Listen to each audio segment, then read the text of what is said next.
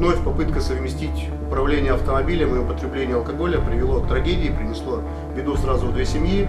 В воскресенье 13 марта в 20:45 на 14-м километре автодороги УАЗ-МСИ 38-летний водитель автомобиля «Лада Ларгус», находясь в состоянии алкогольного опьянения, не справился с управлением и при выезде на встречную полосу совершил столкновение с автомобилем «Лада Приора» под управлением 31-летнего мужчины. В результате происшествия супруга водителя автомобиля Приора, 30-летняя женщина, скончалась на месте происшествия. Два пассажира автомобиля «Лада Ларгус» доставлены в медицинское учреждение. В настоящее время в отношении водителя возбуждено уголовное дело по статье 264. В мере пресечения избрано заключение под стражу. То есть его дети остались без родителей на попечении родственников, так отец находится под стражей, а мать находится в медицинском учреждении.